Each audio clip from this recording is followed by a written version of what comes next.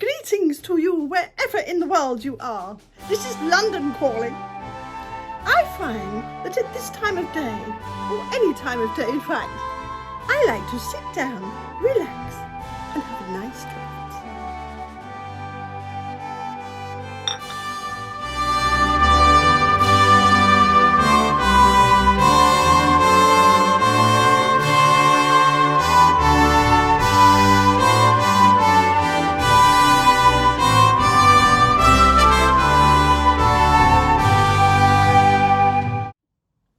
So here we are in 2022, another year, another marathon. And not much has changed in the UK as far as tea is concerned. Today I will be taking you on a journey around the 4 countries of the UK and demonstrating a tasty tea time treat from each of those countries. And finally, I will be showing you how to set the table for a typical cream tea. Let's get started.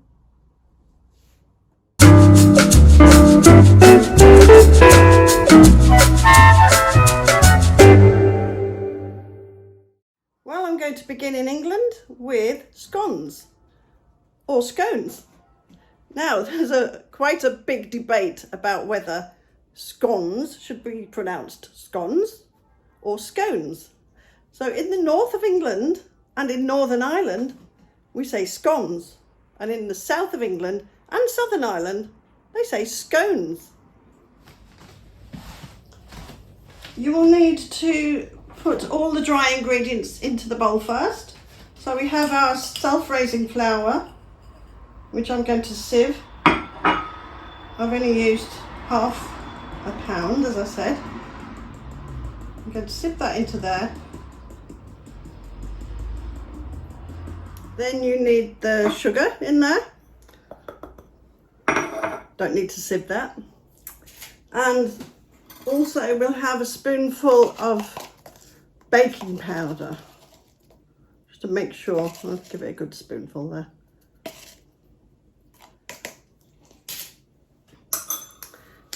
Next, so you've got that in there. We need to add the butter. It's quite soft, room temperature. And you need to just get your hands in there. You need to make this so that it's like breadcrumbs. So we rub that together, just like making pastry really. And keep doing that until it turns into breadcrumbs.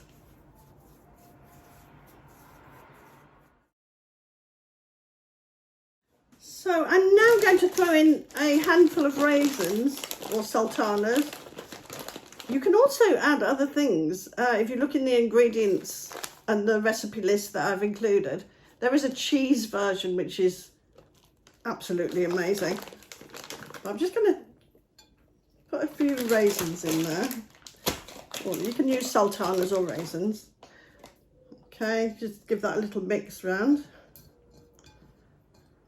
Now I've cracked an egg into a small jug, given it a little bit of a whisk, and then we need to bring that up to about 150 mils with milk. Now you might not need all of this, but we're trying to make a soft dough. So if we make a well in the middle, a hole in the middle,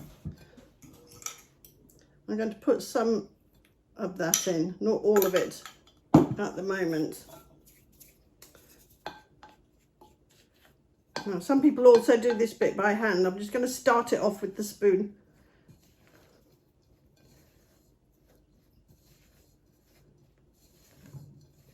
And you should end up with a nice soft dough. Give it a good mix before you decide to add more. Sometimes it then gets too wet and sticky. It depends on the weather as well. It's very hot in here today. And I think it's starting to stick together. So I'm actually going to start using my hand and bring it into a ball of dough. Try not to handle it too much, I'm just being very light.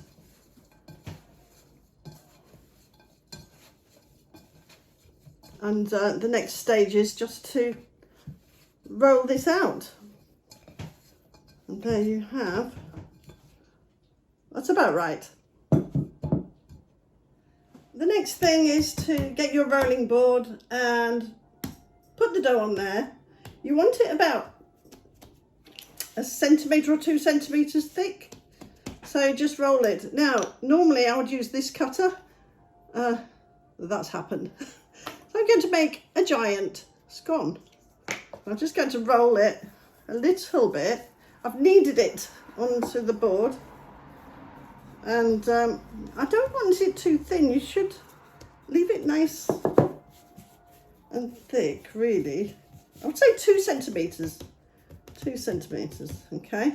And you're going to use the cutter to cut out. Try not to twist it, otherwise you'll get a wonky scone. Okay, so you'll have that. You're going to put those onto the baking tray and you will be baking that. Shouldn't take too long, about 10 minutes. I'll check the recipe for you. And we'll see what happens. So I'm not going to waste the egg and milk. I'm going to brush the tops and then put it in the oven for about 12 or 15 minutes. And hopefully my giant scones will look great.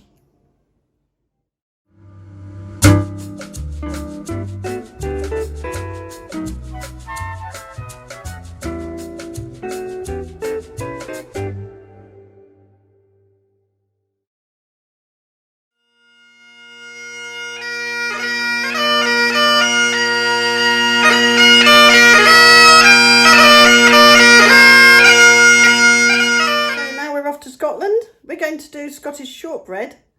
3 ingredients, stick it all in a bowl, mix it up with your hands, roll it out. I'm just going to show you. We're using plain flour this time, so we just put that in there. And because there's quite a lot of butter in it, you don't need any liquid. And add the sugar and the butter. It's quite a lot. Quite a lot of butter. And off we go again. Breadcrumb time. So you can see I've rolled it out to about 1/2 centimetre to 1 centimetre. And to get it nice and neat, I've cut the raggy edges off. And I'm going to keep the nice bits for the cream tea. I'll still bake the other bits because I can eat those myself. This has to go in a very low oven. So what you have to do is put this now in the fridge. It has to be cooled right down. And that gives me a chance for the oven to cool down as well to the lower temperature. I have to say that the giant scones are looking magnificent. Yay.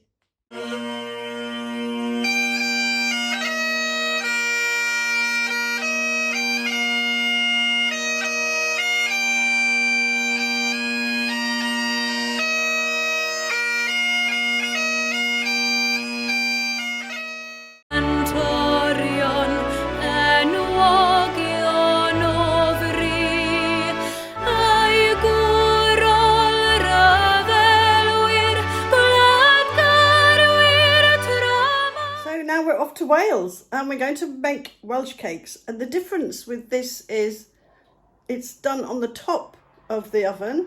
You have to have a solid pan or a hot plate to do these, and while all of these things have similar ingredients, they're all really traditional in the way that they're made and taste completely different. So get all your ingredients ready and everything out, your equipment, your rolling board with flour on, big bowl, ingredients, and the big pan waiting for the Welsh cakes. So I've just sieved all the flour into the bowl, and this time you add the butter next. And again, I've used half the ingredients for the sake of this demonstration. I'm going to put the butter in. Okay. I need to mix that into the breadcrumb state, and then I will add the sugar and the raisins. Very important for this, or sultanas. After that, you're going to put in an egg. You may need 2 eggs. You need to judge the consistency of the batter. So I rubbed it together with my hands, and then I put in the sugar, and I've put in the raisins or sultanas. I have put my egg here in case I don't need all of it. I'm going to just add, oh, there's the shortbread ready. Add a little bit at a time. And you want it so that you can roll it out flat, so it needs to be a dough.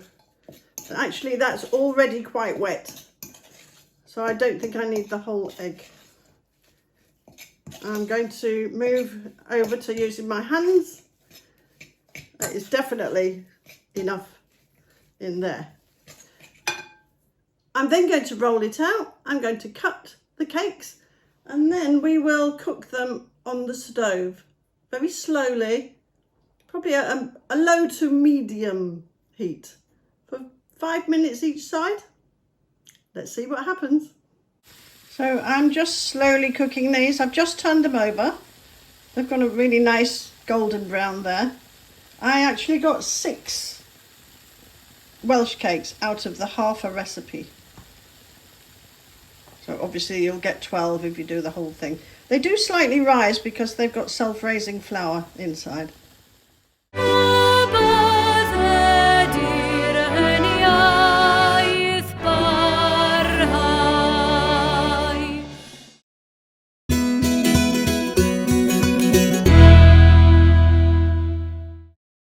Off we go to Northern Ireland, finally. Now, soda bread, I've made lots of because I'm half Irish. In the Republic of Ireland, they make soda bread, and it's a normal loaf of bread with a cross. In Northern Ireland, they make soda farls. Now, soda bread is made in the oven, like normal bread, but soda farls are done like the Welsh cakes on the top. So it's the first time I've made them. So wish me luck. So I've put the flour, it's plain flour, and I've gone for the whole amount this time. I've added the salt and the soda this time. Now you're supposed to use buttermilk. I'm using kefir instead. Hope that it'll work. Should be okay. It'll be fine. Now instead of putting oil in the pan, you just put flour in the bottom. And I've left the farl quite thick. You cut it into 4 pieces. But I'm going to make sure that I cook it on a really low heat for quite a long time because I want to make sure that the inside is done as well. So I'm just going to see what happens. I'll keep turning it over to check.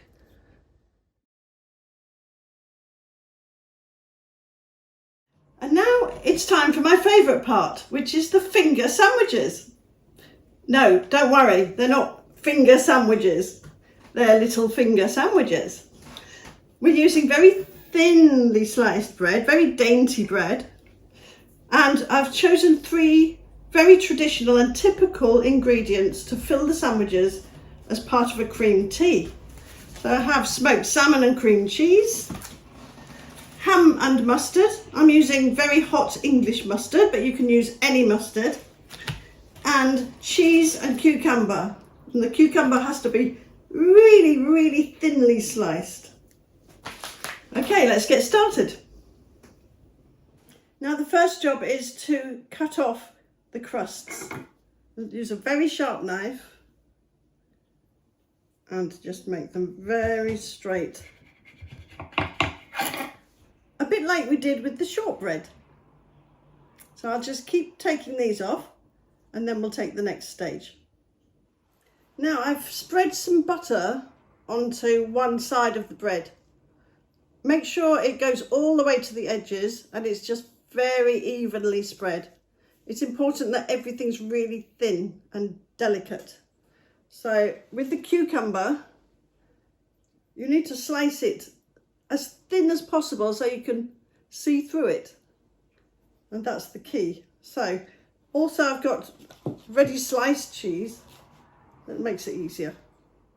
So I'm going to fit that exactly, and it does fit exactly, that's good, in there. And put some of my ultra thin cucumber on that one. I've got 2 very thin slices of smoked salmon for that one, and some very thinly sliced ham for the third one. So let's fill them up. So I've put a little bit of lemon and pepper on the salmon and cream cheese and some salt onto the cucumber. Quite often they just have cucumber sandwiches. Apparently that's what the Queen has. So we're just going to put the top on, put the lid on. See, there's no fingers inside. And now we're going to cut them into strips so that you can just pick one up like a canapé. And that's it. It's almost time to get the cream tea all ready on the table. The finger sandwiches should be placed at the bottom of the cake stand, and then your scones, and then some fancy little cakes at the top. And there is our cream tea table. But hang on a minute, there's something missing. We've got the Farls there, they look delicious. We've got plenty of clotted cream for the scones. We've got jam for the scones. We've got the Welsh Cakes.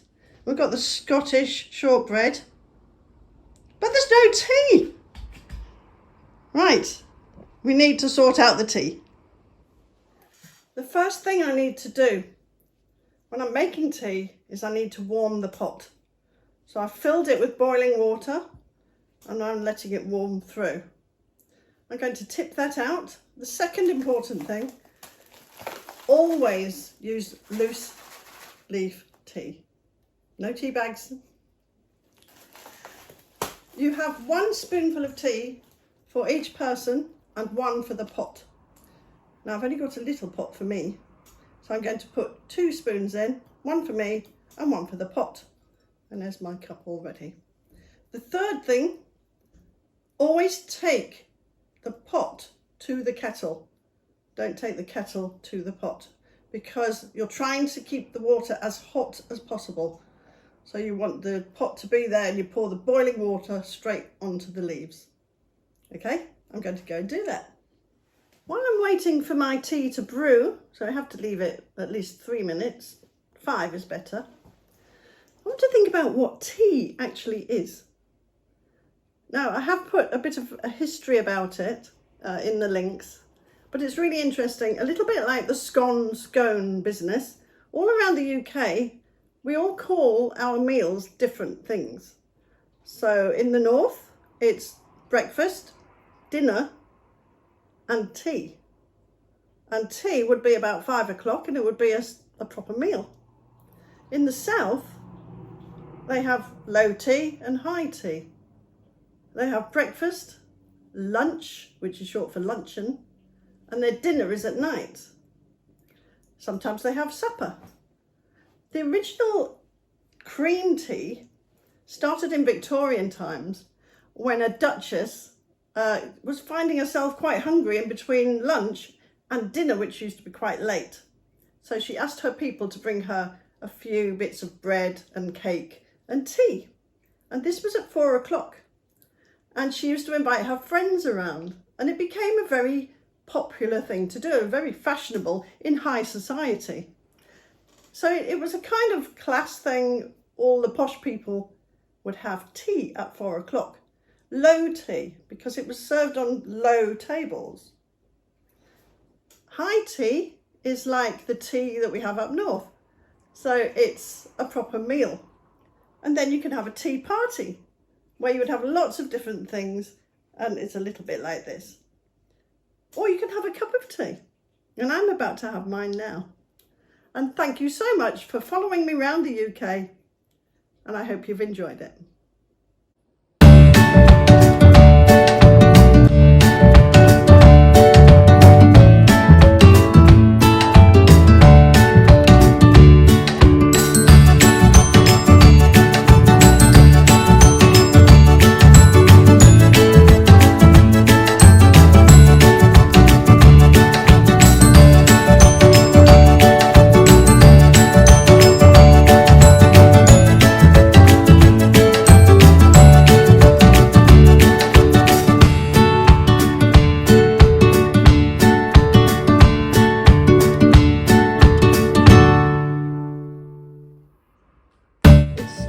Also a really good idea to just bake a few extra cakes and make it really special. Chocolate cake, always everybody's favourite. Yum. And finally, a little word about scones. What do you do with your scone? Well, in the southwest of England there are two counties, one called Devon and one called Cornwall. And in Devon they put the clotted cream on first and they put the jam on top. And in Cornwall, they spread the jam on first and then they put a big dollop of clotted cream on top. So they have lots of arguments about which is the way, which is the best way. How would you prefer yours?